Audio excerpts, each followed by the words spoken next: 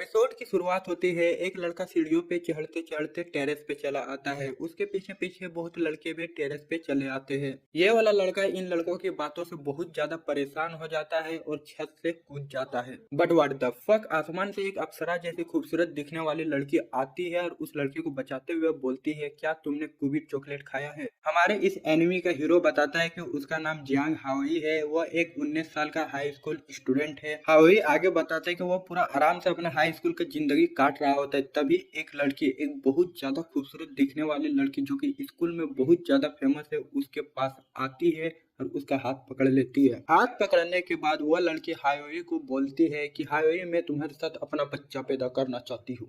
यानी कितनी औसम है। जीतोंग स्कूल में इतनी ज्यादा पॉपुलर रहती है कि जब जीतोंग हाईवे को प्रपोज करती है, सब लोग उसकी फोटो खींचने लगते हैं। जितने भी सिंगल लौंडे होते हैं सब हाईवे को गुस्से से देखने लगते हैं। वे लड़की इतना ज्यादा गुस्से से हाईवे को देखते हैं कि हाईवे उन लड़कों से डर जाता है और वो समझ जाता है कि अब उसके एल लगने वाले हैं।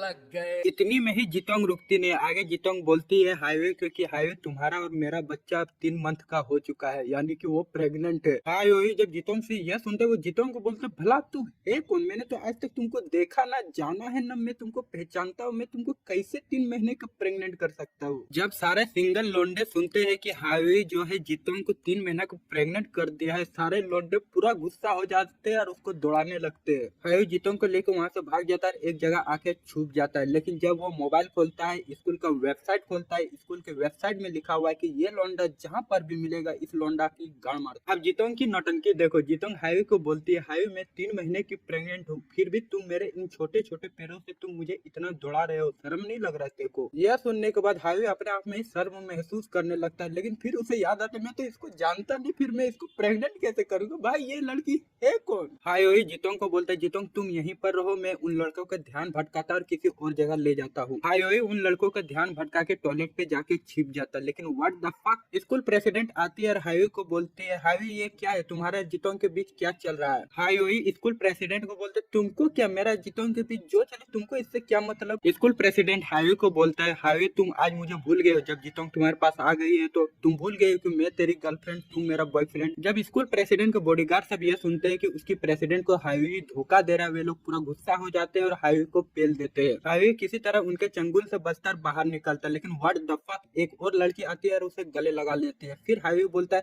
अरे अब तू कौन है भोसड़ी वाली? वह लड़की हाईवे को एक झटकन देती है और बोलती है, अच्छा अब तुम मुझे भी भूल गए, अब तुम मुझे भी पहचान नहीं रहे हो? जब सिंगल लोंडो को पता चलता है कि हाईवे इतनी लड़कियों के साथ मस्ती कर रहा है, मजे कर रहा है, सिंगल लोंडे और ज्यादा गुस्सा हो जाता है और उसे और दौड़ाने लगते हैं। दौड़ाते दौड़ाते सिंगल लोंडे जो है उसे टेरेस पे ले जाते हैं। सब सिंगल लोंडे हाईवे को घेर लेते हैं और उसे मारने की कोशिश करते हैं। तभी हाईवे बोलता है कि अगर तुम लोग एक कदम भी आगे बढ़ाते हो तो मैं इस छत से कूद के मर जाऊंगा। सिंगल लोंडे कहाँ सुनने वाले थे, सिंगल लोंडे आगे बढ़ जाते हैं और हाईवे जो है छत से कूद जाता है। जो अप्सरा जैसी लड़की उसको बचाती है, वो लड़की और कोई नहीं, जितोंग रहती है। जितोंग हाईवे को बचाने के बाद हाईवे को बोलते हैं, हाईवे क्या तुमने कुबीर चॉकलेट खाया है? हाईवे बोलते हैं, ये कुबीर चॉकलेट है क्या? फिर हाईवे को याद आता है कि कल जब वो क्लासरूम जाता है वहाँ पर एक केक रखा हुआ रहता है, उसे बहुत ज्यादा भूख लगता है जिस वजह से वो केक खा जाता है। हाईवे जितोंग को बोलते हैं, इन सब का उन केक से क्या मतलब है? जितोंग बोलती है, इन सब का उन केक से ही मतलब है। जिन्होंने तुम्हारे साथ वो केक खाया है सब तुम्हारे प्यार में पागल हो गए हैं, अब सब तुम्हारे लवर्स है। इसका मतलब इस पिक्चर में जितनी भी लड़कियां अब दिख रही सब अब हाईवे के प्यार में पागल हो चुके हैं। लड़की ने आसमान से गिर के हाईवे को बचाया तो वो लड़की जितोंग नहीं रहती है, वो लड़की लव गॉड रहती है, यानी कि प्यार की देवी। प्यार की देवी हाईवे को अपना नाम मे टाटा बताती है। हाईवे मे टाटा यानी कि प्यार की देवी को बोलते, सुन प्यार की देवी, ये सब तो ठीक है लेकिन बता मैं इस मुसीबत से कैसे बाहर निकलूं? प्यार की देवी हाईवे को बोलते, हाईवे तुमको इस सब से बाहर निकलने का क्या जरूरत है, मजे लो, लड़कियों के मजे लेते रहो। हाईवे प्यार की देवी को बोलते है, मजा आज ही मेरा घंटा मजा, यहाँ एक दिन हुआ नहीं यार मेरे एल लग चुके हैं। आगे हाईवे प्यार की देवी को बोलते, देख रहे हो आज ही मेरा कितना ज्यादा हालत खराब हो गया कि मैं छत से कूद के सुसाइड कर लिया। अगर ऐसा ही चलता रहा तो कल मुझे स्कूल से निकाल दिया जाएगा, मेरे घर से निकाल दिया जाएगा। अगर ऐसा हुआ तो फिर मैं बेघर हो जाऊंगा, फिर मैं क्या करूंगा बताओ? प्यार की देवी हाईवे को बोलता है, हाईवे टेंशन लेने की कोई जरूरत नहीं है, जैसे तुम्हारे सारे सपने पूरे हो जाएंगे ये लड़कियों का चक्कर भी खत्म हो जाएगा। जाएगा, यह बोल के प्यार की देवी वहाँ से चली जाती है। सिंगल लौंडे जब देखते हैं कि हाईवे छत से कूद जाते, सब कुछ छत से नीचे आते हैं हाईवे को ढूंढने के लिए, but what the fuck, highway तो वहाँ पर रहता ही नहीं है। जब सिंगल लौंडो को हाईवे नीचे नहीं मिलता है, सबको हाईवे को ढूंढने लगता है, लेकिन किसी को हाईवे मिल ही नहीं रहा होता। लेकिन व्हाट द फक, हाईवे जो है पेड़ के पीछे छिपा हुआ रहता है। हाईवे को बड़े संतरे वाले भी दिखती है और चश्मिश भी दिख जाती है, लेकिन उसको कहीं पर जितोंग नहीं दिखती है। कहीं ऐसा तो नहीं जब मैंने सुसाइड किया तो जितोंग ने सोचा होगा कि मेरे 3 बच्चों के बाप ने सुसाइड कर लिया, तो अब मैं जी के क्या करूंगी, मैं भी सुसाइड कर लेती हूँ। और जितोंग ने भी सुसाइड कर लिया, बट ऐसा कुछ भी नहीं होता। जितोंग जब हाईवे को सुसाइड करते हुए देखती है, उसका दिल पूरा टूट जाता है और वो वहीं पर बैठ के पूरा रोने लगती है। जितोंग वहाँ रोते रोते अपने आप से बोलती है, अरे मेरा मर्द मर गया, अब मेरे बच्चों का क्या होगा, मेरे बच्चों को कौन पालेगा पोसेगा, उसका बाप नहीं रहा। वो पूरा ये सब बोल बोल के रोने लगती है। हाईवे जितोंग को ढूंढते ढूंढते छत पे पहुंचता है। जब जितोंग हाईवे को छत पे देखती है, वो बहुत ज्यादा खुश हो जाती है और अपने आंखों से आंसू पोंछ लेती है। आंखों से आंसू पोंछने के बाद जितोंग जो है हाईवे को एक स्माइल देती है। उसके बाद जितोंग और हाईवे अपने अपने घर चले जाते हैं। घर आने के बाद हाईवे जब भी उस स्माइल को याद करता है, उसका दिल जोरों से धड़कने लगता है और बोलता है, हाय मेरा दिल। उसके अगले दिन हाईवे जितोंग को लेकर हॉस्पिटल जाता है ताकि चेक करवा सके कि जितोंग प्रेग्नेंट है कि नहीं है। प्रेगनेंसी का रिजल्ट तैयार हो रहा होता है, तभी जितोंग हाईवे को बोलती है, हाईवे जब फ्यूचर में हम लोग को बच्चा होगा तब तुम और हम बहुत अच्छे माँ बाप बनेंगे, ठीक है। जितोंग हाईवे ये सब बात कर रहे होते तभी एक डॉक्टर रिजल्ट लेके आती है और हाईवे और जितोंग को पकड़ा देती है। रिजल्ट में लिखा हुआ रहता है कि जितोंग जो है प्रेग्नेंट नहीं है। इसको देखने के बाद हाईवे पूरा खुश हो जाता है, लेकिन जितोंग जो है पूरा दुखी हो जाती है। हाईवे अपने आप से बोलते, माँ मुझे पता था माँ, मैं निर्दोष हूँ, मैं किसी को प्रेग्नेंट नहीं कर सकता माँ, मुझे पता था। इधर हाईवे पूरा खुश हो रहा था कि जितोंग प्रेग्नेंट नहीं है, बट जितोंग आती है हाईवे के पास और बोलती है, हाईवे तुम टेंशन मत लो, अगली बार मैं जरूर से जरूर प्रेग्नेंट होंगी। इसके बाद जितोंग जो है हाईवे को अपने घर लेके जाती है अपने पापा से मिलाने के लिए, बट व्हाट द फक, वहाँ पर जाने के बाद पता चलता है कि जितोंग के जो पापा है वो बहुत बड़े बिजनेसमैन है। फिर हाईवे को पता चलता है कि जितोंग के पापा बिजनेस की वजह से हमेशा घर से बाहर रहते हैं, वो बहुत कम ही घर आते हैं। थोड़ी देर बाद जितोंग का एक बॉडीगार्ड आता है और सबको बताता है कि ये लौंडा जितोंग के साथ टाका भिड़ा हुआ है। यह सुनने के बाद जितोंग के जितने भी बॉडीगार्ड थे पूरा गुस्सा हो जाते हैं, अब जितोंग के एल लगने वाले है। जितोंग के सारे बॉडीगार्ड मिल के हाईवे को पेल देते हैं। जितोंग अपने सारे बॉडीगार्डों को चिल्ला के बोलती है, अरे लोंडो इसको क्यों पेल रहे हो। सारे बॉडीगार्ड तो रुक जाते हैं, लेकिन तब तक हाईवे के एल लग चुके हैं, उसकी हालत पूरा खराब हो चुकी है। थोड़ी देर तो बॉडीगार्ड सब रुक जाते हैं, लेकिन फिर से एक बॉडीगार्ड उसको उठाकर फिर से पेलना स्टार्ट कर देता है। इधर हाईवे पेला रहा होता है, उधर जितोंग फिर से बोलती है कि मैं इस बार प्रेग्नेंट नहीं हो पाई, लेकिन अगली बार जरूर होंगी। यह सुनने के बाद तो बॉडीगार्ड सब और ज्यादा गुस्सा हो जाता है और ज्यादा पेलने लगता है हाईवे को। किसी तरह जितोंग हाईवे को बचाती है और वहाँ से बाहर निकल के भाग जाती है। इसके बाद हाईवे और जितोंग कुछ निब्बा निब्बी वाला हरकतें करते हैं। वो सब जितोंग और हाईवे जितोंग के घर के बाहर निब्बा निब्बी वाले हरकतें कर रहे होते, तभी आसमान में 2 हेलीकॉप्टर आ जाते हैं और थोड़ी देर बाद एक बुर्ज खलीफा से भी बड़ा गाड़ी आके वहाँ पर रुक जाता है। उस गाड़ी से एक आदमी उतरता है, एक तरफ वो आदमी रहता है, दूसरी तरफ हाईवे रहता है। साइड में बहुत सारे बॉडीगार्ड रहते हैं जो कि उस आदमी को मास्टर बोल रहे होते हैं। हाईवे के समझ में आ जाता है कि यह आदमी और कोई नहीं है, जितोंग का बाप है। जितोंग के बाप के पास इतनी ज्यादा सिक्योरिटी और इतने सारे बॉडीगार्ड देखने के बाद अब हाईवे को पता लग चुका है कि अब उसको कोई भी बचा नहीं सकता है, उसके एल लग ही चुके हैं। जितोंग का बाप हाईवे को बोलता है, हाँ रे लौंडे, तुम्हारे अंदर इतनी हिम्मत आ गई कि मेरी बेटी को पटा लिए, तुमको डर भी नहीं लगा, एक बार तुमने सोचा भी नहीं किसकी बेटी को तुम पटा रहे हो। हाईवे को ये सब बोलने के बाद जितोंग के पापा जो है अपने बॉडीगार्ड सबको बोलते हैं कि इस लौंडे को जो है साइड में ले जाओ। जितोंग के पापा से यह सुनने के बाद हाईवे को लगता है कि हाईवे को जितोंग के पापा ने माफ कर दिया और उसको जाने के लिए बोल रहे हैं। हाईवे चैन की सांस ले ही रहा होता है, तभी जितोंग के पापा फिर से अपने बॉडीगार्ड को बोलते हैं कि इसको साइड में ले जाओ और इतना मारो कि इसका नानी याद आ जाए। जितोंग के पापा से यह सुनने के बाद हाईवे की पूरी तरह से फट जाती है और वो अपने आप से बोलते हैं, मैं इस दुनिया में आया क्यों, पैदा क्यों हुआ। हाईवे को जितोंग के बाप से पूरा पेला जाता है, इतना पेला जाता है कि वो चलने के लायक नहीं रहता है। जितोंग हाईवे को पीटते हुए नहीं देख पाती है, वो नॉट प्रेग्नेंट वाला रिपोर्ट निकालता है और अपने बाप को दिखाता है और बोलता है, पापा हाईवे निर्दोष है, उसने मुझे प्रेग्नेंट नहीं किया, आपको विश्वास नहीं हो रहा था, ये रिपोर्ट देख लीजिए। उसके पापा ये रिपोर्ट देखते हैं और बोलता है हाईवे को, सॉरी हाईवे, गलत फैमिली हो गई, तो मुझे लगा तुमने मेरी बेटी को प्रेग्नेंट किया है। आगे फिर जितोंग के पापा हाईवे को बोलते हैं, ठीक है हाईवे, मुझसे गलती हो गई, मैं अपने गलती सुधारने के लिए तुम जो भी मांगोगे मैं उसको पूरा कर दूंगा, वो चीज तुमको दे दूंगा। हाईवे जितोंग के पापा को बोलता है, तुम कैसे आदमी हो, अपने बेटी को अकेले एक बड़े से घर पे छोड़ दिए और ऊपर से उसको बोल रहे हो कि किसी के साथ प्यार भी ना करो। तो वो रहे तो रहे कैसे, करे तो करे कैसे। आगे फिर हाई जितोंग के पापा को बोलता है कि जितोंग को भी हक है प्यार मिलने का, उसको भी प्यार करने का हक है, तुम कौन होते हो जितोंग को रोकने वाले। जितोंग हाई की ये बातें सुनने के बाद वो अपने आप से बोलते, अरे मेरा बाबू, मेरा सोना मेरे बारे में कितना ज्यादा सोचता है, कितना केयर करता है मेरे। जितोंग के पापा भी कोई कम नहीं है, वो हाईवे का कॉलर पकड़ता है और उसको बोलता है 2 दिन पैदा हुआ नहीं यार, हमको सिखा रहा है कि प्यार होता क्या है। जितोंग के पापा फिर हाईवे को बोलते, तू जानता क्या है बे प्यार के बारे में, हमसे ज्यादा जानता है प्यार के बारे में तुम। फिर हाईवे बोलता है कि प्यार क्या है, प्यार फैमिली है, फैमिली ही प्यार है। तुम अगर अपने बेटी के साथ हमेशा नाश्ता करता, हमेशा अपनी बेटी के साथ रहते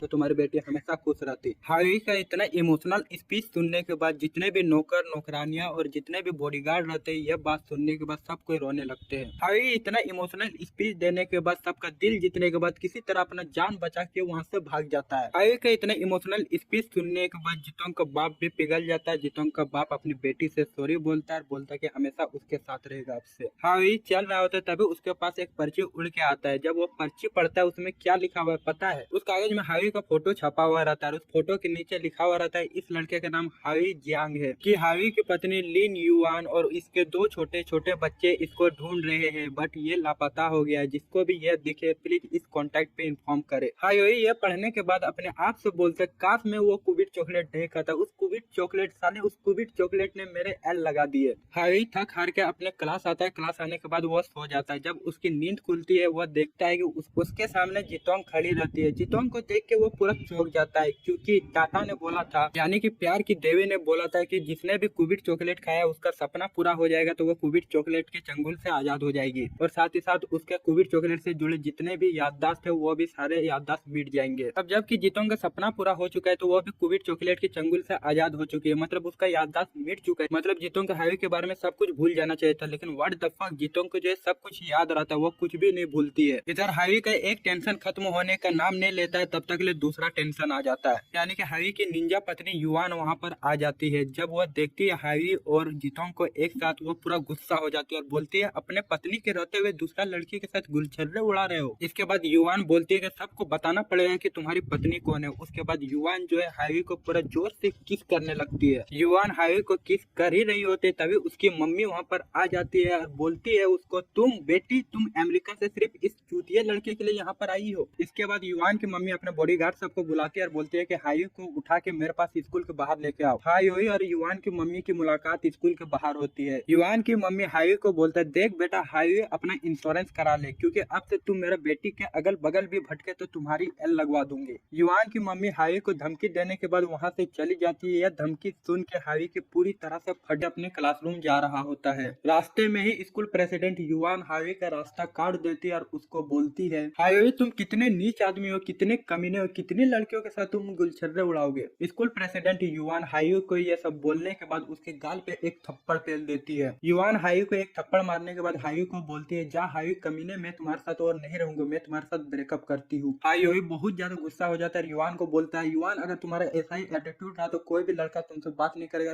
कोई भी तुम्हें पसंद नहीं करेगा। युआन हाईवे से इतनी कठोर कठोर बातें सुनने के बाद उसका दिल पूरा टूट जाता है और वो रोते रोते वहाँ से भाग के चली जाती है। युआन के जाने के थोड़ी देर बाद ही वहाँ पर आ जाती है हमारी प्यार की देवी मई टाटा। प्यार की देवी हाईवे को बोलती है, हाईवे तुमको ऐसा नहीं करना चाहिए था, तुमको युआन का दिल नहीं दुखाना चाहिए था। हाईवे प्यार की देवी को बोलता है, उसका तो सिर्फ दिल टूटा है, यहाँ पर हमको रोज कोई भी आ रहा है पेल के चला जा रहा है। आगे फिर हाईवे प्यार की देवी को बोलती है, लोगों ने मुझे इतना ज्यादा मारा है, इतना ज्यादा मारा है कि इतनी हड्डियां टूट गई कि मैं गिन भी नहीं सकता हूँ। प्यार की देवी का हाईवे का इतना बकचोदी सुना नहीं जाता और वो वहाँ से चली जाती है। स्कूल प्रेसिडेंट युआन गुस्सा है किसी और से और पेल किसी और कर रही है। वो सारे स्टूडेंट से पूरी कड़ी मेहनत करवाती है और जो कड़ी मेहनत नहीं करता है उसको पेल देती है। जब हाईवे देखता है कि युआन इतनी खतरनाक है, यह देख के वो पूरा डर जाता है, उसकी पूरी फट जाती है। तभी वहाँ पर प्यार की देवी फिर से आती है और हाईवे को बोलती है, हाईवे तुम उसको समझा लो और फिर से पटा लो, अगर तुमने उसको फिर से नहीं पटाया तो वो तुमको इतना ज्यादा पहलेगी, इतना ज्यादा पहलेगी कि तुम्हारी फट की 4 हो जाएगी। हाईवे थोड़ी सी हिम्मत दिखाता है। हिम्मत दिखाने के बाद वो युआन के पास जाता है। युआन के पास जाने के बाद वो युआन को बोलता है, युआन तुमको मुझसे गुस्सा है तो फिर तुम स्कूल के स्टूडेंट सबसे अपना गुस्सा क्यों निकाल रही हो। जैसे प्यार करने वालों के बीच थोड़ी सी नोक झोंक होती है, उसी तरह हाईवे और युआन के बीच थोड़ी सी नोक झोंक होती है, जिस वजह से युआन जो है पूरा भीग जाती है। पानी में भीगने के बाद युआन कितनी बवाल दिख रही है बे।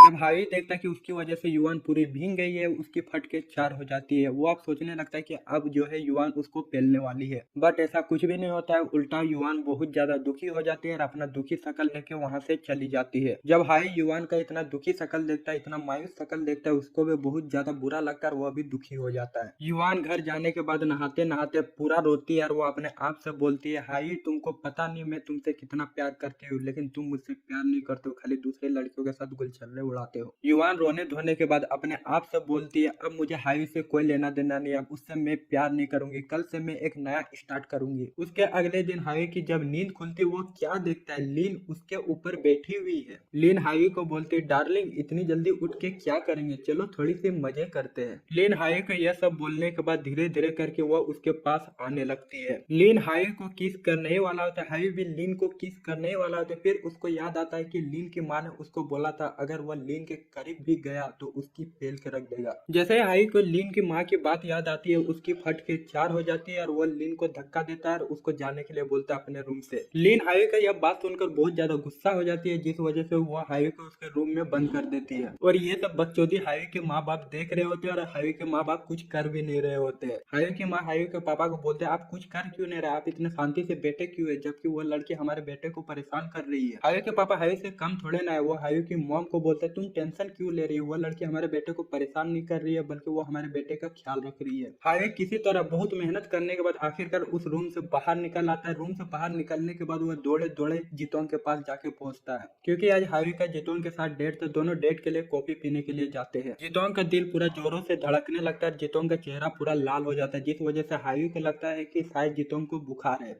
हावी जीतोंग का बुखार चेक करने के लिए उसके थोड़े नजदीक जाता है, लेकिन जीतोंग को लगता है कि शायद हावी उसको किस करने वाला है, जिस वजह से दोनों पूरा शर्मा जाते हैं। इसके बाद जीतोंग और हावी एक शॉपिंग मॉल में शॉपिंग करने के लिए जाते हैं, तभी पूरा भीड़ आके किसी की फोटो खींचने लगता है। हावी भी भीड़ के साथ जाता है। जब वह देखता है कि भीड़ जिसकी फोटो खींच रहा है वो और कोई नहीं, प्रेसिडेंट युवान है। हावी जब युवान को देखता है वह पूरा चौंक जाता है, क्योंकि युवान जो है बहुत क्यूट ड्रेस पहन के खड़ी रहती है। जब वो युवान को इस तरह के ड्रेस में देखता है वो पूरा चौंक जाता है। युवान हावी के पास आती है और हावी को बोलती है, हावी तुम यहाँ पर इसलिए आए हो ताकि तुम इस तरह की ड्रेस में मुझे देखकर हंस सको। आगे युवान बोलती है कि एक तो तुम इतनी लड़कियों के साथ मजे करके मेरा दिल तोड़ चुके हैं, साथ ही साथ तुम यहाँ पर आए हो मुझ पर हंसने के लिए, तुम कितने निहायती कमीने हो। युवान हावी को यह सब गालियां दे ही रही होती है, तभी उसकी नजर उसके दो बॉडीगार्ड पर पड़ती है। युवान नहीं चाहते थे कि उसके जो दो बॉडीगार्ड है जो उसकी बहुत ज्यादा इज्जत करते हैं इस तरह की ड्रेस में उसे देखे, इसलिए युवान वहां से भागने लगती है। बट व्हाट द फक, उसके जितने भी फैन थे उसे घेर लेते और उसे भागने नहीं देते, लेकिन युवान जो है एक आंख मारती है, उसके बाद उसके सारे फैन उस पर लट्टू हो जाते हैं और गिर जाते हैं। इसके बाद युवान एक हाथ से जीतोंग को पकड़ती है, दूसरे हाथ से हावी को पकड़ती है और वहां से दौड़े दौड़े भाग के कहीं पर आके छिप जाती है। और एक तरफ शॉपिंग मॉल के बाहर लीन बहुत ज्यादा गुस्से में एक तलवार लिए हावी के पास आ रही होती है उसको मारने के लिए।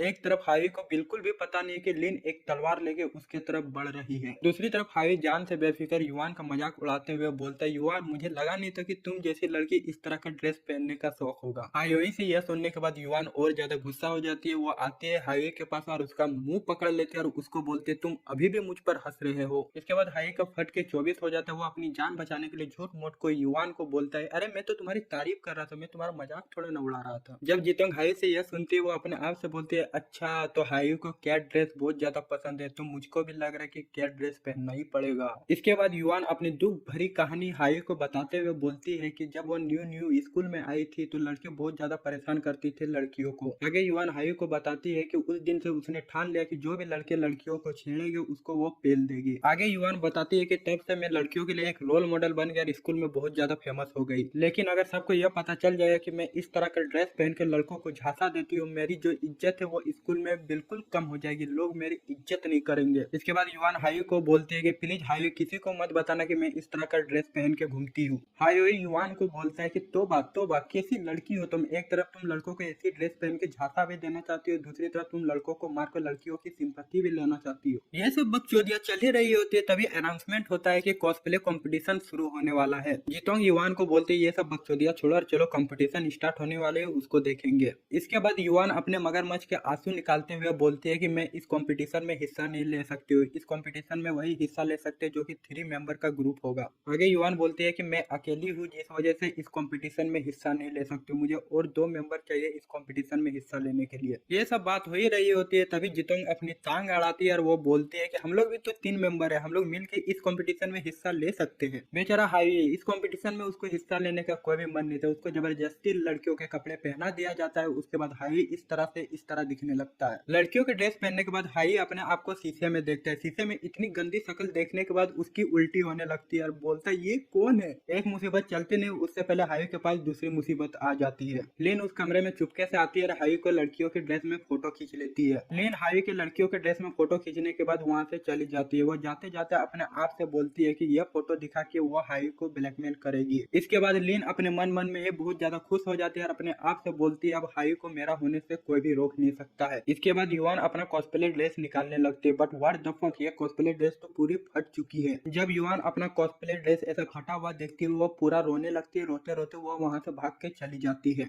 युआन को रोते हुए देख के ये सब लड़कियां बहुत ज्यादा खुश हो रही होती है क्योंकि इन लड़कियों ने ही वो ड्रेस फाड़ा था। ये सब लड़कियों को देखने से ही घिन आता है, साला ये सब अपने मेहनत से कुछ करने तो सकते नहीं, ऊपर से दूसरी की मेहनत पर भी पानी फेर देते हैं। युआन के वहां से भाग जाने के बाद हाई भी उसके पीछे पीछे जाता है, लेकिन उनको कहीं भी युआन देखने को नहीं मिलती है। जब युआन कहीं भी नहीं मिलती है तो हाई ठान लेता है कि वो स्टेज पे जाएगा और उसकी जगह परफॉर्मेंस करेगा। जब हाई स्टेज पे जाता है लोग उसको देख के हंसने लगते हैं। उसके बाद हाई अपना परफॉर्मेंस देता है, इतनी खतरनाक परफॉर्मेंस देता है कि सबको अपना दीवाना बना लेता है। और दूसरी तरफ जितोंग युआन को हर जगह ढूंढती है पर उसे कहीं भी युआन नहीं दिखती। वही अपने परफॉर्मेंस से सबका दिल जीत लेता है, सबको अपना दीवाना बना लेता है। ये सब युआन छुप के एक जगह से देख रही होती है। इसके बाद हाई एक गाना गाने लगता है। इस गाना को सुन के सब लड़कियां उस पर फिदा हो जाती है, लेकिन जितने भी लड़के होते हैं सब गुस्सा हो जाते हैं और सबको बोलते हैं युआन कहाँ है, युआन कहाँ है, हमें युआन चाहिए, तुम नहीं चाहिए चूतिए। जितने भी सिंगल लोंडे वाले ऑडियंस होते हैं सबको चिल्लाने लगते हैं कि उन्हें युआन चाहिए और हाईवे को पूरा गालियां देने लगते हैं। अब हाईवे बेचारा करे तो करे क्या, बोले तो बोले क्या, वो स्टेज पे खड़ा का खड़ा देखता का देखता ही रह जाता है। हाईवे थोड़ी हिम्मत दिखाकर माइक उठाता है। माइक उठाने के बाद वो ऑडियंस को चुप होने के लिए बोलता है। थोड़ी देर बाद ऑडियंस चुप हो जाती है। ऑडियंस के चुप होने के बाद हाईवे सब ऑडियंस को बोलता है कि हाँ मुझे मालूम है कि तुम लोग युआन के बहुत बड़े फैन, लेकिन क्या तुम लोग थोड़ी सी शांत रहकर मेरी बात सुनोगे। आगे हाईवे ऑडियंस को बोलता है कि मैं युआन का फ्रेंड हूँ, लेकिन मुझे मालूम नहीं था कि युआन इस तरह का ड्रेस पहन के कॉस्प्ले करती है। इसके बाद हाईवे पूरा जोर से बोलता है अगर युआन तुम सुन रही तो मैं तुमको बोलना चाहता हूँ कि तुम कॉस्प्ले ड्रेस में बहुत ज्यादा खूबसूरत दिखती हो।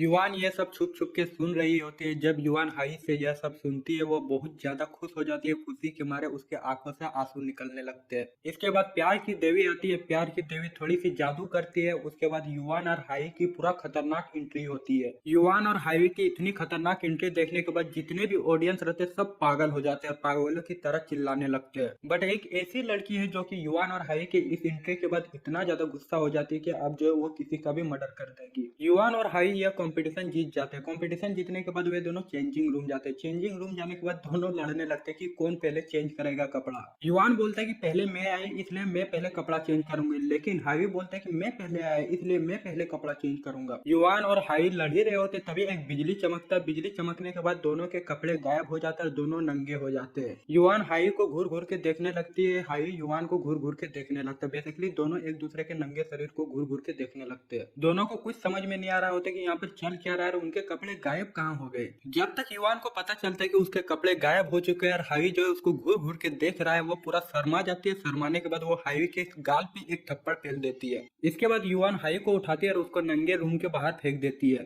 फिर वहां पर एंट्री होती है प्यार की देवी को। प्यार की देवी पहले तो पूरा अच्छी तरह से हाई से बात कर रही होती है, फिर उसकी नजर पड़ती है हाई के उस जगह पर। उस जगह पे नजर पड़ने के बाद प्यार की देवी भी पूरा शर्मा जाती है। इसके बाद हाई जो है अपने कपड़े पहन लेता है। कपड़े पहनने के बाद वो प्यार की देवी से इतनी अच्छी अच्छी बातें करता है कि प्यार की देवी भी जो है उससे इम्प्रेस हो जाती है। अबे ये हाई तो बहुत खतरनाक बनता है, ये तो प्यार की देवी को भी पटा ले रहा है। इस सब के बाद प्यार की देवी वहां से चली जाती है। प्यार की देवी के वहां से जाने के बाद वहां पर एंट्री होती है जितोंग की। जितोंग को देख के हाई पूरा चौंक जाता है, बोलता है अरे मैं तो भूल गया था कि जितोंग के साथ मैं यहाँ पर डेट पे आया हुआ था। इसके बाद हाई जितोंग को घर छोड़ने के लिए चला जाता है। वो फिर से युआन के पास आता है। युआन के पास आने के बाद वो युआन को बोलता है क्या युवान आज तुम मेरे घर आ सकती हो। इसके बाद हाई युवान को फिर से बोलता है ऐसा करो कि तुम अपने कपड़े भी अपने साथ ले आओ, आज तुम मेरे घर में मेरे साथ सो सकती हो। हायोई से यह सुनने के बाद युवान पूरा शर्मा जाती है। शर्माने के बाद उसके गाल पे फिर से एक थप्पड़ फेल देती है। युवान हायू को एक थप्पड़ फेलने के बाद वहां से शर्माते शर्माते भाग के चली जाती है। अपने खतरनाक माल से मिलने के लिए जाता है। हायोई की खतरनाक माल दरवाजा खोलती है जो कि सच में खतरनाक दिखती है। वे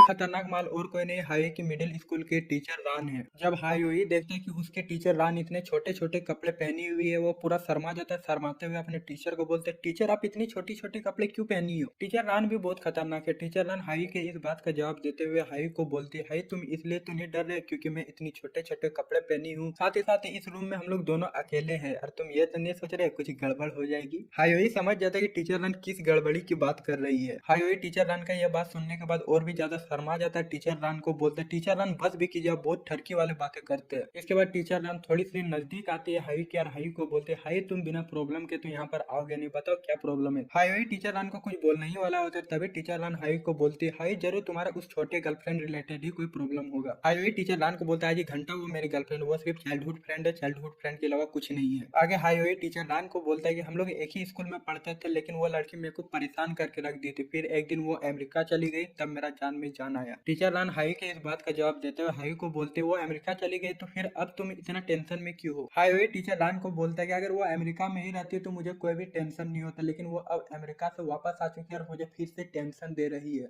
एक तरफ हमारा हाई का भी दुख खत्म नहीं होता है तो दूसरी तरफ जीतोंग का भी दुख खत्म नहीं होता है। जीतोंग अपने आप को बोलती है क्या मैं हाई का कभी हो पाऊंगी, क्या हाई मेरा कभी हो पाएगा। जीतोंग हाई के प्यार में पूरी तरह से पागल हो चुकी है। वो हर टाइम हाई के बारे में ही सोचती रहती है। एक हाई है जिसको सिर्फ लड़कियां याद करती है और एक हम है साले हम लोग को कुत्ता भी याद नहीं करता है, और साला जो हम लोग को याद भी करता होगा वो भी सिर्फ हम लोग को गाली देता होगा। भले ही जीतोंग के पास उसका दुख बांटने के लिए कोई ना हो, लेकिन हाई के पास उसका दुख बांटने के लिए उसकी टीचर रान वहाँ पर मौजूद है। टीचर रान हाई के पैरों में अपना सर रखती है। सर रखने के बाद टीचर रान सो जाती है। इसके बाद हाई जब टीचर रान के घर से अपने घर जा रहा होता है, टीचर रान हाई को बोलती है डार्लिंग अच्छे से काम करना, काम करने के बाद घर आना, फिर हम लोग फिर से मजे करेंगे। खतरनाक बे खतरनाक, ये टीचर रान तो पूरी खतरनाक है बे। वहाँ के जितने भी लोग हैं जब टीचर रान हाई को ये सब बोलते सब कोई उसका बात सुन के हंसने लगते, जिस वजह से हाई पूरा शर्मा जाता है, शर्मा के वहाँ से भाग जाता है। स्कूल में युवान कसरत कर रही होते, अपने तो कसरत कर ही रही होते, ऊपर से पूरे लड़कों जितने भी लड़के होते सबको कसरत करवा रही होती है।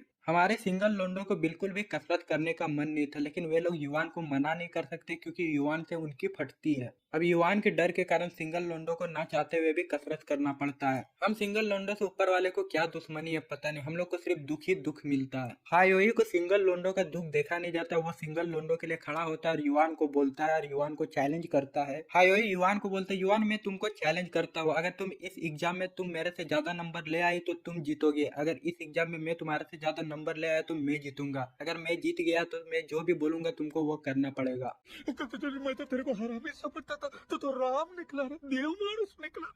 युवान हायोई की इस चैलेंज को तुरंत एक्सेप्ट कर लेती है क्योंकि युवान स्कूल की टॉपर है और हायोई जो है स्कूल का सबसे निचला रैंक में आता है। हायोई युवान को हराने के लिए खाने के टाइम पड़ता है, हगने के टाइम पड़ता है, मुतने के टाइम पड़ता है, सोने के टाइम पड़ता है, जागते टाइम पड़ता है, हर टाइम पड़ते ही रहता है। अब ये बात पूरी स्कूल में फैल चुकी है कि हायोई द लव गुरु युवान को चैलेंज किया है। जो कोई भी इस चैलेंज के बारे में सुनता है सबको हंसने लगता है क्योंकि युवान के जितने भी नंबर आते हैं इस स्कूल में किसी के भी उतने नंबर नहीं आते। जीतोंग भी हायोई से बात करना चाहती है और युवान भी हायोई से बात करना चाहती है, लेकिन दोनों में से कोई भी उससे जाके बात नहीं कर पाती। हायोई ट्रेन में बैठा हुआ रहता है, बैठे बैठे वो कल रात के बारे में सोच रहा होता है। हायोई बताता है कि लिन उसके पास फिर से आई थी रोते रोते अपना प्यार का इजहार करने के लिए। आगे हायोई बताता है कि लिन का जब रोना धोना हो गया फिर मैं उसका घर गया, उसको घर में छोड़ के आ गया। हायोई बोलता है कि जब मैं लिन को घर छोड़ने के लिए गया उसकी माँ से मेरी मुलाकात हुई। आगे हायोई बोलता है लिन की माँ बिल्कुल भी बदली नहीं है, वो पहले जैसी खतरनाक कंटाप माल दिखती थी आज भी उतनी खतरनाक कंटाप माल दिख रही है।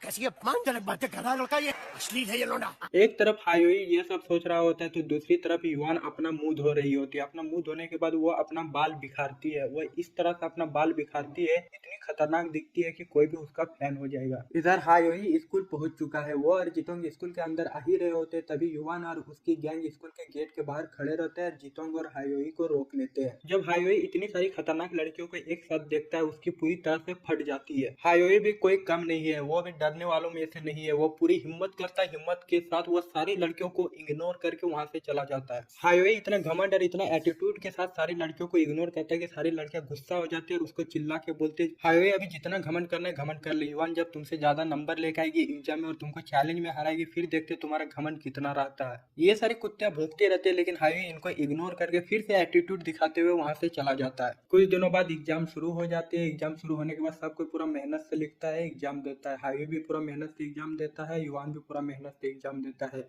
फिर कुछ दिनों बाद एग्जाम खत्म हो जाती है। एग्जाम खत्म होने के बाद युवान हाईवे से बात करने की कोशिश करती है, लेकिन वो कर नहीं पाती है क्योंकि हाईवे हमेशा उसे इग्नोर करके चला जाता है। क्योंकि हाईवे का एक ही मोटिव है, आग लगे चाहे बस्ती में, अपुन नहीं रहेगा किसी लड़की के साथ मस्ती में। एग्जाम खत्म होने के कुछ दिनों बाद रिजल्ट आता है। रिजल्ट देख के सब कोई शौक में चला जाता है। रिजल्ट इतना खतरनाक आया था, किसी को भी विश्वास नहीं होता रिजल्ट देख के। आखिर रिजल्ट में था क्या? रिजल्ट में लिखा हुआ था हाईवे फर्स्ट है और युवान सेकंड है। युवान पूरा खुशी से बोलता है, चिल्ला चिल्ला के सारी लड़कियों को बोलता है, देखा लड़कियों, मैंने बोला था मैं ही जीतूंगा, तुम लोग जो घमंड दिखा रहे थे तुम लोग का घमंड चूर चूर हो गया ना, मैं जीत गया। अब जो मैं बोलूंगा तुम लोग को करना पड़ेगा। सारे लड़कियों को इस रिजल्ट पे यकीन नहीं था, इसलिए सारी लड़कियां प्रिंसिपल के पास जाते हैं। प्रिंसिपल को बोलती है फिर से चेकअप कीजिए रिजल्ट का। सारी लड़कियां प्रिंसिपल को यह सब बोल ही रही होती है, तभी हाईवे की मासूका टीचर रान वहां पर आती है। टीचर रान उन लड़कियों को बोलता है, हम टीचर पे तुम लोग शक कर रहे हो, हम लोग गलत रिजल्ट बना के देंगे, तुम हम लोग पे शक करो, ये सब बोल के डांट के वो लड़की सबको भगा देती है। हाईवे युवान को बोलता है कि जैसे कि मैंने बोला था, अगर मैं चैलेंज जीत गया तो मैं जो भी बोलूंगा तुमको वो करना पड़ेगा। युवान बोलती है, हाँ हाँ मुझे याद है, तुम बोलो, जो बोलोगे मैं वो करूंगी। हाईवे चैलेंज में युवान को 2 सप्ताह के लिए वो कॉस्प्ले ड्रेस पहनने के लिए बोलता है। युवान तो पहले वो कॉस्प्ले ड्रेस पहन के बहुत ज्यादा शर्मा रही थी, उसको बहुत बुरा लग रहा था, बहुत खराब लग रहा था, लेकिन धीरे धीरे उसको आदत हो गई थी, अब उसको मजा लग रहा था।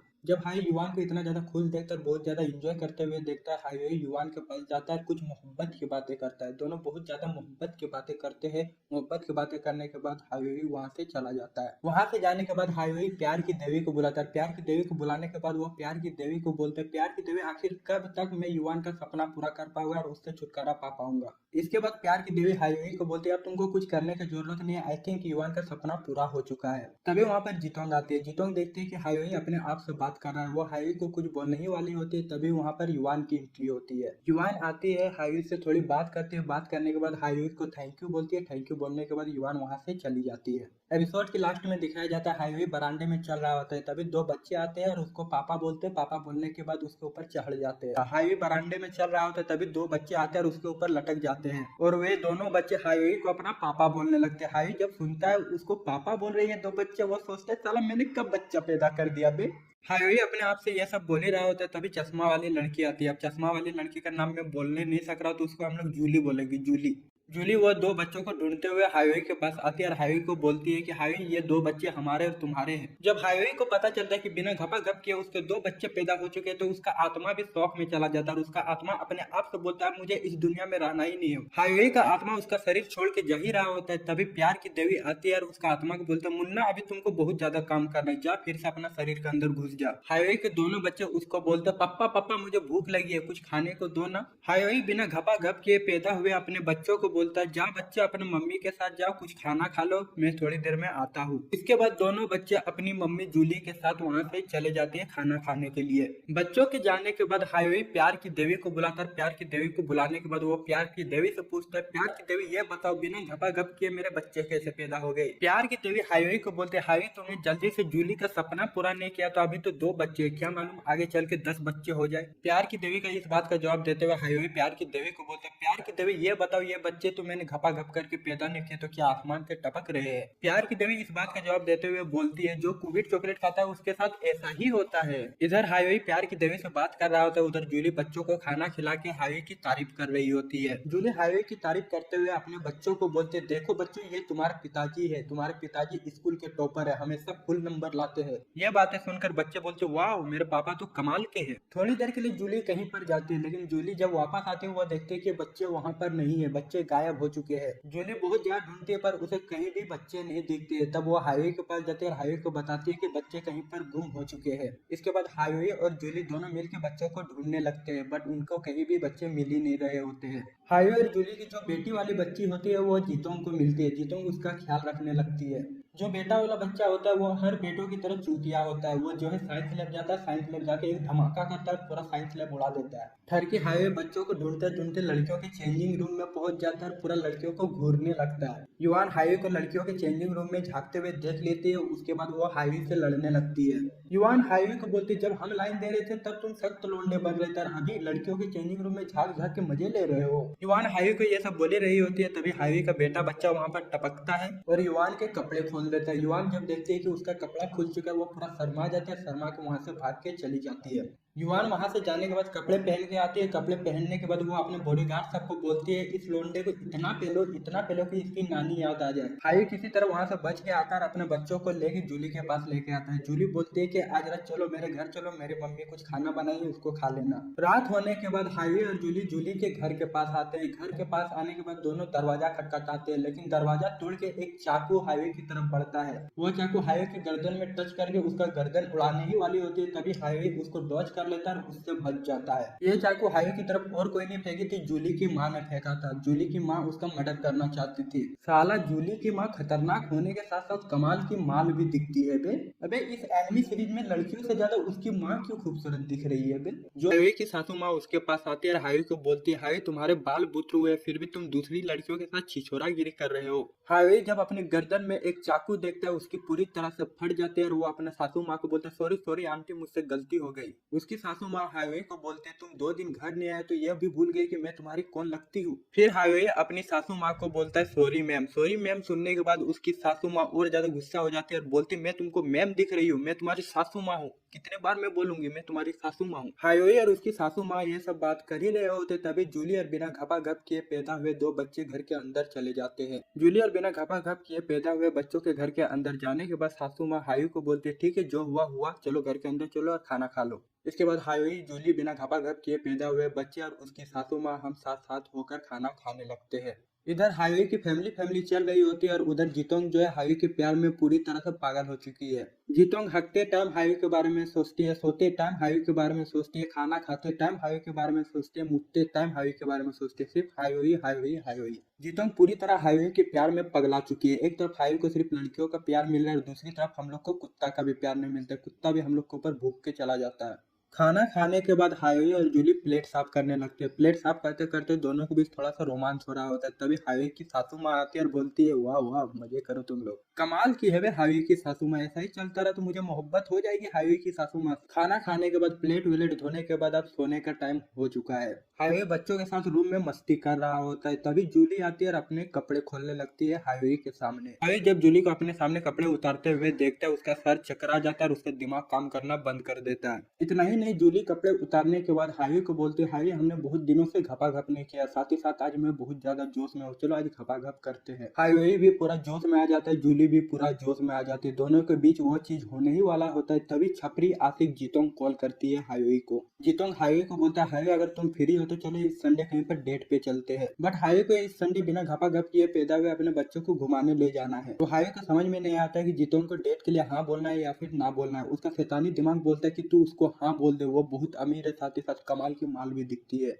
बट हाईवे का अच्छा दिमाग बोलते हैं कि 2 लड़कियों के साथ चक्कर मत करो, उसको ना बोल दो। हाईवे ठहरा हरामी है, वो अपना शैतानी दिमाग का बात मानता है और उसको हाँ बोल देता है। जीतोंग जब हाईवे से हाँ सुनती है वो बहुत ज्यादा खुश हो जाती है। इसके बाद संडे आता है, संडे के दिन जीतोंग पूरा तैयार हो जाती है डेट में जाने के लिए। और उधर हाईवे बिना घपाघप किए पैदा हुए अपने बच्चों को पार्क लेके गया है घुमाने के लिए। हाईवे के जीतोंग के साथ 10 बजे डेट है, अब उसको 10 बजे तक अपने बच्चों को घुमा के कंप्लीट करना होगा। बच्चे अम्यूजमेंट पार्क में जाए चुतियापंती ना करे, ये हो नहीं सकता है। हाईवे के बच्चे भी बहुत ज्यादा चुतियापंती करते हैं जिस वजह से लेट हो रहा होता है, लेकिन आखिरकार हाईवे किसी तरह टाइम मैनेज कर लेता है। 10 बजे तक वो जीतोंग के पास पहुंच जाता है। हाईवे किसी तरह टाइम को मैनेज करता है। टाइम को मैनेज करने के बाद वो डेट के लिए जीतोंग के पास 10 बजे पहुंच ही जाता है। पहले तो जीतोंग को लगा था कि हाईवे नहीं आने वाला है, लेकिन हाईवे जब वहाँ पहुंच जाता है और वो हाईवे को देखती है वो बहुत ज्यादा खुश हो जाती है। हाईवे जीतोंग के पास दौड़ के आता है जिस वजह से उसके शरीर से पूरा पसीना निकल रहा होता है। जब जीतोंग हाईवे के शरीर से इतना पसीना निकलते करते हुए देखती है वो हाईवे को बोलते हैं हाईवे तुम्हारे शरीर से इतना पसीना क्यों निकल रहा है। हाईवे जितोंग की इस बात का जवाब देते हुए बोलता है ये तो सिर्फ गर्मी की कमाल है, गर्मी की वजह से मेरे शरीर से पसीना निकल रहा है, मैं दौड़ के थोड़े ना आया हूँ। जितोंग तो है हाईवे के प्यार में पूरी पागल, वो तो छपरी आशिक बन चुकी है हाईवे के प्यार में। हाईवे जो कुछ भी जितोंग को बोलते है जितोंग आंख मूंद के उसके बातों पे विश्वास कर लेती है। जितोंग हाईवे को बोलती है हाईवे मैं तुमसे एक बात बोलना चाहती हूँ, मुझे बहुत शर्म लग रहा है लेकिन मैं फिर भी तुमको एक बात बोलना चाहती हूँ। जितोंग ये बात इतनी शर्मा के बोलती है कि हाईवे को समझ में आ जाता है कि जितोंग उसको प्रपोज करने वाली है।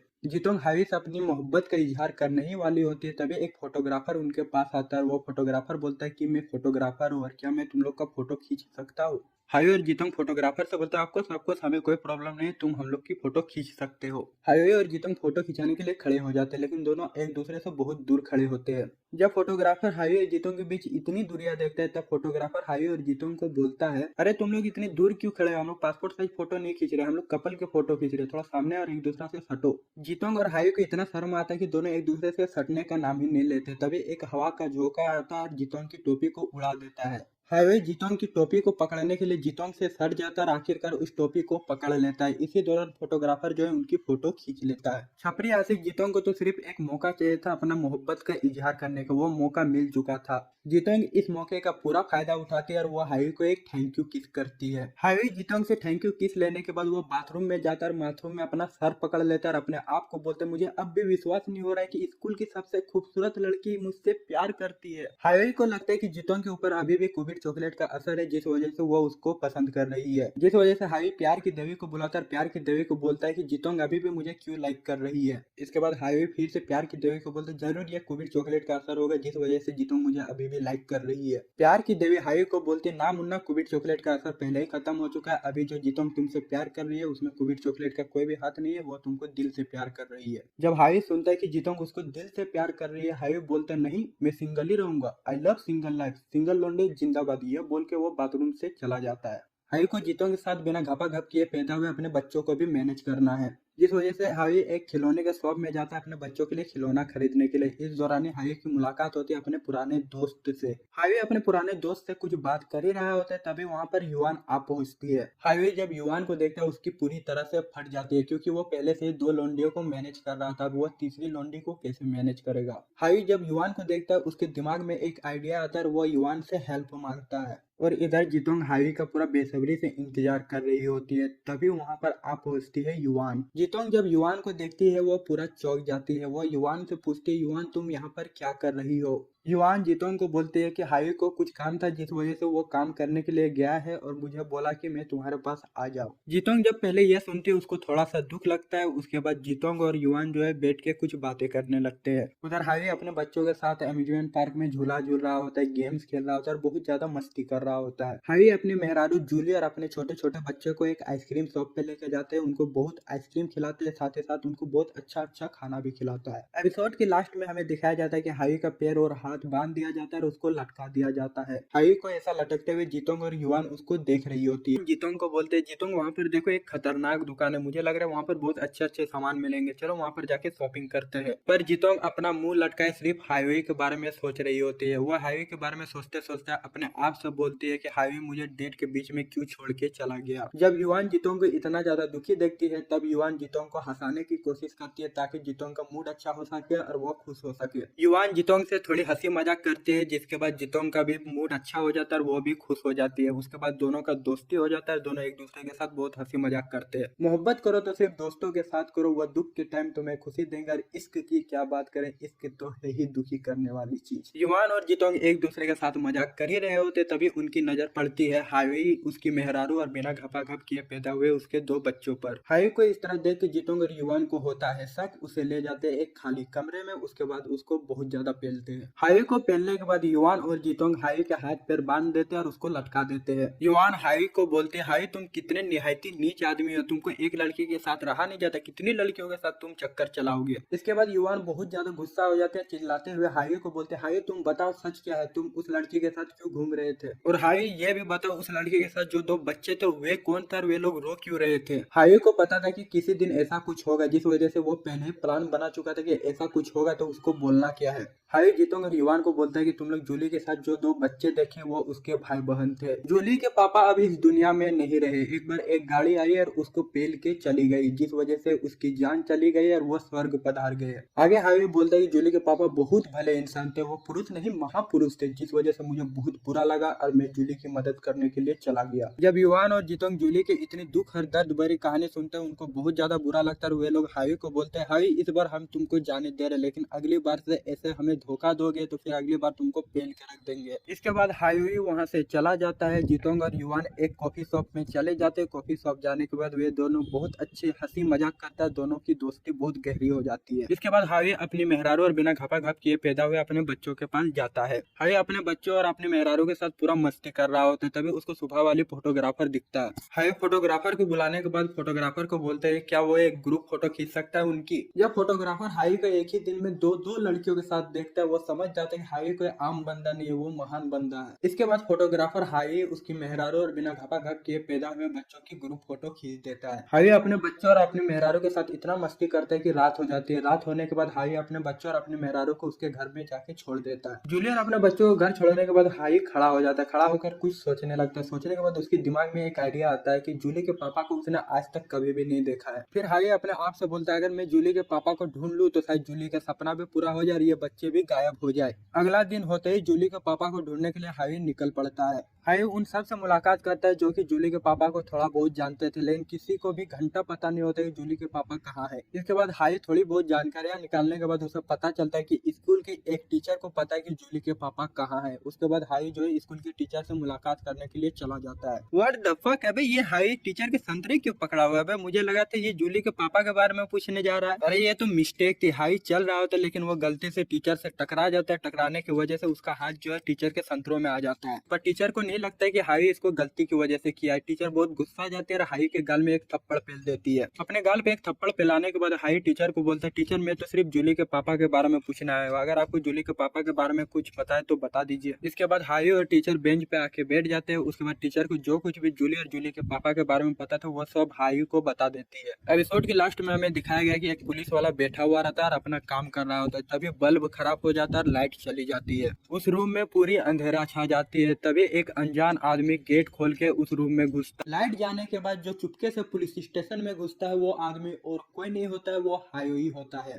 पुलिस ऑफिसर हायोई को पकड़ लेता है। हायोई को पकड़ने के बाद पुलिस ऑफिसर हाई से पूछता है तुम्हारा नाम क्या है। हायोई बोलता है मेरा नाम हायोई है, मैं एक 19 साल का लड़का हूँ, मैं फलाना स्कूल में पढ़ता हूँ जहाँ पर मेरी बहुत सारी माल है। पुलिस ऑफिसर हाई को बोलता है ऐसे कैसे तुम पुलिस स्टेशन में घुस गया, अब मैं तुमको छोड़ने वाला नहीं हूँ। पुलिस वाला के इतना गुस्सा देख के लग रहा है हाई के एल लगने वाले हैं, but what the fuck, police officer तो हाई के चच्चा का फूफा का मौसा का बेटा निकला बे। अर्थात सिंपल शब्दों में बोला जाए पुलिस ऑफिसर जो हाई के साथ कर रहा था वो सब सिर्फ एक मजाक था। इसके बाद पुलिस ऑफिसर हाई से पूछता है हाई तुम्हारा यहाँ पर आना कैसे हुआ। हाई अपने चच्चा के फूफा का मौसा का बेटा को बोलता है भाई सुनना एक काम था, क्या तुम जूली के पापा के बारे में पता करके मुझे बता सकते हो। पुलिस ऑफिसर हाई को बोलता है कि ऐसे किसी की जानकारी निकालना गैर कानूनी है। हाई कुछ बोलने ही वाला होता है तभी पुलिस ऑफिसर बोलता है तू टेंशन नहीं लेने का, तू अपना चच्चा का फूफा का मौसा का बेटा है तू, मैं तुम्हारे लिए तो इतना कर ही सकता हूँ, अपने लोगों के लिए नहीं करूंगा तो फिर किसके लिए करूंगा। इसके बाद पुलिस ऑफिसर जूली के पापा को ढूंढने लगते, लेकिन वो ढूंढने के बाद भी उसके बारे में कुछ भी पता नहीं चलता है। ढूंढते ढूंढते बहुत ज्यादा रात हो जाती है, जिस वजह से हाई बोलता है कि मैं अब घर जाता हूँ, अगर तुमको उसके पापा के बारे में कोई जानकारी मिलती है तो मुझे कॉल करके बता देना।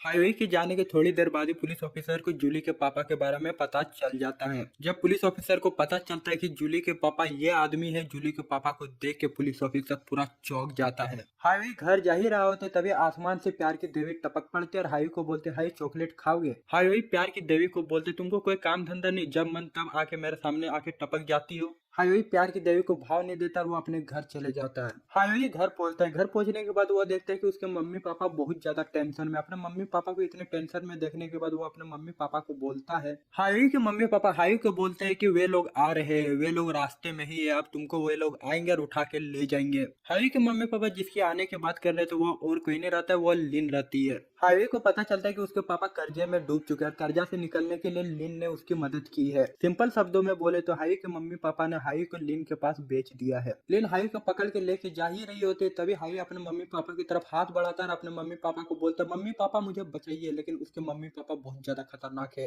हाई के पापा हाई को बोलता है बेटा तुम्हारी ये कुर्बानी सदियों सदियों तक याद की जाएगी। इसके बाद लिन हाई को हाई के रूम में ले जाती है, दरवाजा बंद कर देती है। दरवाजा बंद करने के बाद दोनों एक ही रूम में पूरी रात गुजारते हैं, दोनों एक ही साथ सोते हैं। हाई अपना सख्त लौंडा है, लिन के साथ वो पूरी रात गुजारता है, लेकिन वो लिन को टच भी नहीं करता। लिन जो है बहुत ज्यादा ठरकी है, वो जो है हाई के ऊपर चढ़ जाते हैं और कुछ करने वाले होते हैं हाई के ऊपर, लेकिन हाई जो है अपना सख्त लौंडा है, वो हाथ तक नहीं लगाता है लिन को। लिन और हाई के बीच ये कांड होने के बाद हमें दिखाया जाता है कि बचपन से ही लिन हाई से बहुत ज्यादा प्यार करती थी, बहुत ज्यादा बेइंतहा मोहब्बत करती थी। बट अपना हाई बचपन से बहुत ज्यादा सख्त लौंडा है, उसने अपने मन में ठान लिया था कि प्यार मोहब्बत करना ही नहीं, ये एक फालतू की चीज होती है, जिस वजह से वो रिजेक्ट कर देता है लिन को। लिन बचपन से ही ठान ली थी कि वो हाई को ही अपना पति बनाएगी और किसी लौंडे को भी अपना पति नहीं बनाएंगे, जिस वजह से लिन हमेशा हाई के पीछे लगी रहती है। ये सब होने के बाद हाई अपना फैमिली फोटो देखते हुए अपने आप को बोलते हैं कि भले ये बच्चे बिना घपा घप किए पैदा हुए, लेकिन इन बच्चों के साथ जब मैंने समय बिताया मुझे बहुत ज्यादा मजा लगा, इतना मजा मुझे कभी भी नहीं लगा था। इसके बाद हाई को पुलिस ऑफिसर फोन करता है और उसको वो नंबर देता है जो कि जूली का पापा का हो सकता है। हाई उन सारे नंबरों को एक एक करके कॉल करता है, लेकिन किसी का भी कॉल नहीं लगता। लास्ट में एक कॉल नंबर लग जाता है जो कि एक आदमी उठाता है। जूली के पापा कॉल उठाते हैं और हाई को बोलता है तुम कौन हो? हाई बोलता है मैं तुम्हारा दामाद हो रहे। हाई जूली के पापा को बोलता है कि मैं तुम्हारी बेटी का मौरत बोल रहा और हमारे 2 बच्चे भी हो चुके हैं।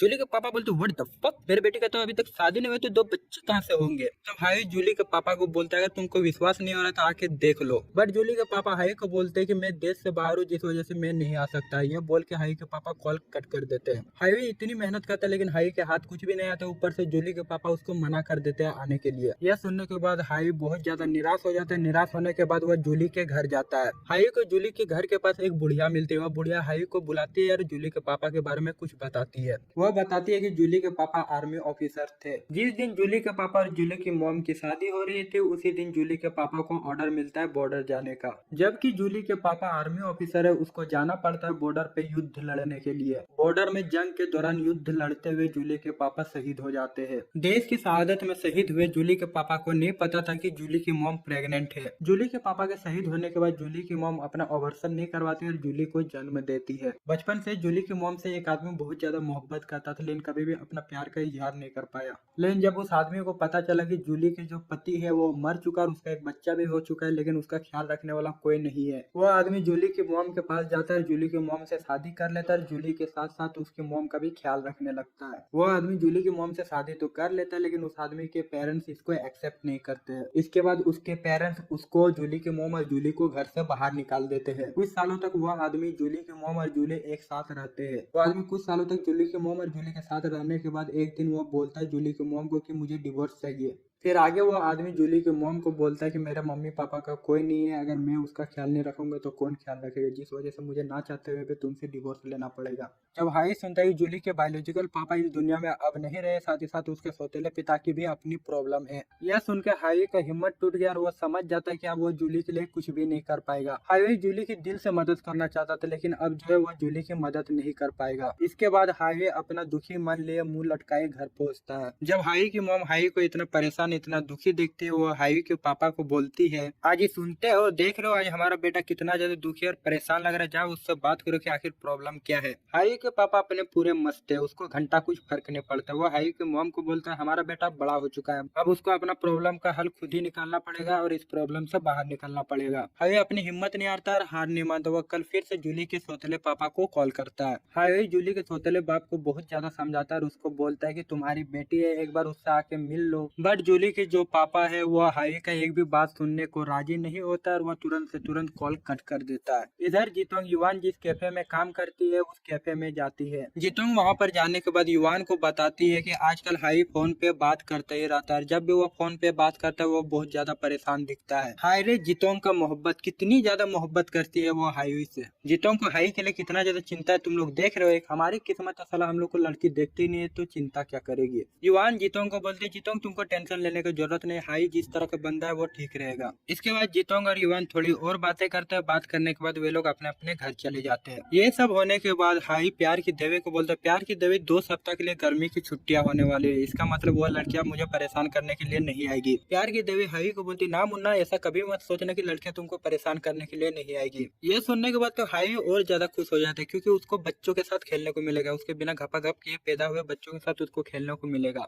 हाईवे को बच्चे बहुत ज्यादा पसंद है। जब वो सुनता है कि अब वो अपने बच्चों के साथ पूरे गर्मी की छुट्टियां खेल पाएगा, वो और ज्यादा खुश हो जाता है। हाई खुशी खुशी गर्मी की छुट्टियों की तैयारी करने के लिए चला जाता है। कुछ दिनों के बाद गर्मी की छुट्टियां शुरू हो जाती है। हाई जाता है अपने बच्चों के साथ और अपनी मेहरारू जूली के पास। हाई अपने बच्चों के पास जाने के बाद अपने बच्चों के साथ बहुत ज्यादा मस्ती करता है, इधर उधर घूमने लगता है। पूरी फैमिली पूरा मस्ती से घूम रही होती, तभी जूली रोड क्रॉस कर रही होती। रोड क्रॉस कर ही रही होती तभी एक गाड़ी पूरा स्पीड से उसकी तरफ आता है। वह गाड़ी जूली का एक्सीडेंट करने ही वाली होती है और हाई भी जूली को बचाने के लिए उसकी तरफ दौड़ता है। होती है जहाँ पर जूली का एक्सीडेंट होने वाला होता है, वहीं पर एक एम्बुलेंस आती है और किसी को उठा के हॉस्पिटल लेके जाती है। एक तरफ किसी का एक्सीडेंट हो चुका है, एम्बुलेंस उसको हॉस्पिटल ले जा रही है। दूसरी तरफ जितोंग के पापा जितोंग को बोलते, जितोंग क्या तुम सच में वहाँ पर जाना चाहती हो? जितोंग अपने पापा को बोलते, हाँ पापा मैं वहाँ सच में जाना चाहती हूँ। उसके बाद उसके पापा बोलते, ठीक है अगर तुम यही चाहती हो तो जाओ फिर वहाँ पर तुम। और उधर जूली के सौतेले पिता को कॉल आता है। कॉल के बाद उसे पता चलता है कि जूली का एक्सीडेंट हो चुका है और वो हॉस्पिटल में एडमिट है। जब जूली के सौतेले पिता यह सुनते हैं कि उसकी बेटी का एक्सीडेंट हो चुका है और वो हॉस्पिटल में एडमिट है, उसके सौतेले पिता बहुत टेंशन में आ जाते हैं। टेंशन के मारे अपना गाड़ी निकालते हैं, पूरा स्पीड के साथ हॉस्पिटल पहुंचते हैं। उधर हॉस्पिटल में ऑपरेशन शुरू हो जाता है। युवान और जितोंग बैठ के ऑपरेशन खत्म होने का इंतजार करती है। थोड़ी देर बाद ऑपरेशन खत्म हो जाता है। डॉक्टर ऑपरेशन थिएटर के बाहर आते हैं। जितोंग और युवान जो है डॉक्टर के पास जाते हैं और उधर जूली के सौतेले पिता हॉस्पिटल में पहुंच चुका है। रिसेप्शनिस्ट से अपनी बेटी के बारे में पूछने लगते हैं, लेकिन रिसेप्शनिस्ट बोलते हैं कि इस नाम का कोई भी लड़की यहाँ पर नहीं है।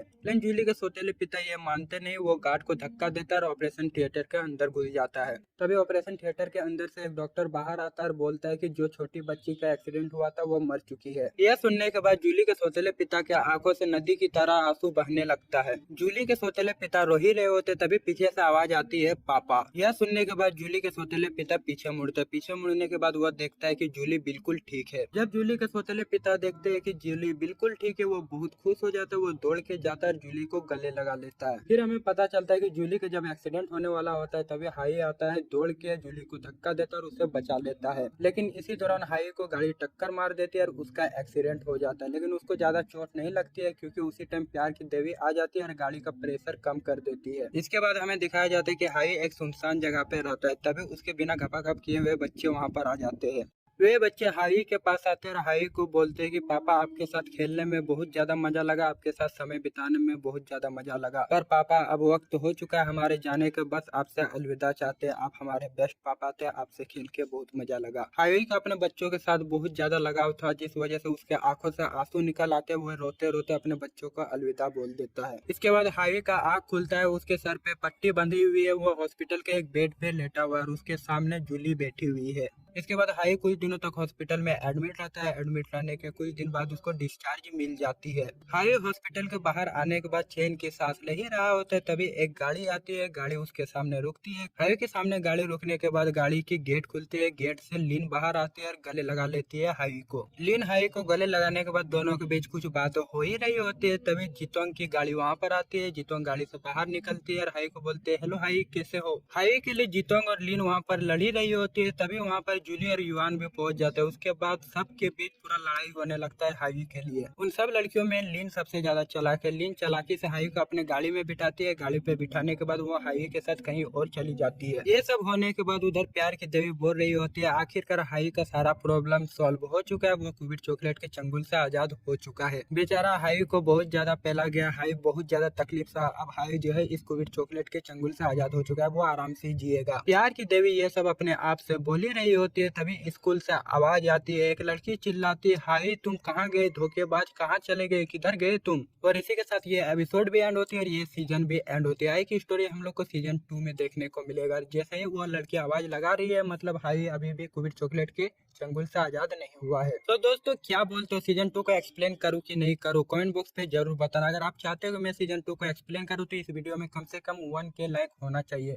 जैसे 1K लाइक हो जाते हैं मैं सीजन 2 एक्सप्लेन करना स्टार्ट कर दूंगा। साथ ही साथ दोस्तों मैं एक न्यू एनिमे सीरीज एक्सप्लेन करने की सोच रहा हूँ। अगर दोस्तों आपके मन में कोई ऐसा न्यू एनिमे सीरीज है जो कि मुझे एक्सप्लेन करना चाहिए, आपको लगता है, तो आप कमेंट बॉक्स में हमें बता सकते हैं कि मुझे कौन सा न्यू एनिमे सीरीज एक्सप्लेन करना चाहिए। या आपके ऊपर, आप जो बोलेंगे, ज्यादा लोग जो बोलेगा मैं उसी को एक्सप्लेन करूंगा। और दोस्तों अगर आपने अभी तक हमारे टेलीग्राम चैनल को ज्वाइन नहीं किया है तो डिस्क्रिप्शन में लिंक मिल जाएगा। अगर आपका मन है तो ज्वाइन कर लेना, अगर आपका मन नहीं है तो मत करना, लेकिन मैं कहूंगा कि कर ही लेना यार, इतना तो कर ही सकते हो मेरे लिए। और बाकी दोस्तों अगर आपको मुझसे पर्सनली कुछ बात करनी है, कुछ गुफ्तगू करनी है तो मुझे इंस्टाग्राम पे फॉलो कर सकते हो, वहाँ पर मैसेज कर सकते हो, मैं हर किसी को रिप्लाई करता हूँ। अगर आप चाहो तो आप भी मुझे मैसेज कर सकते हो, मेरे से बातें कर सकते हो। इंस्टाग्राम आईडी का लिंक डिस्क्रिप्शन में मिल जाएगा, आप चाहे तो हमें फॉलो कर सकते हो। और दोस्तों आपका ज्यादा वक्त बर्बाद नहीं करूंगा, और आपका बिना वक्त बर्बाद करते हुए इस वीडियो को यहीं पर एंड करते हैं। मिलते हैं अगले वीडियो के साथ, तब तक के लिए जय हिंद, सायोनारा।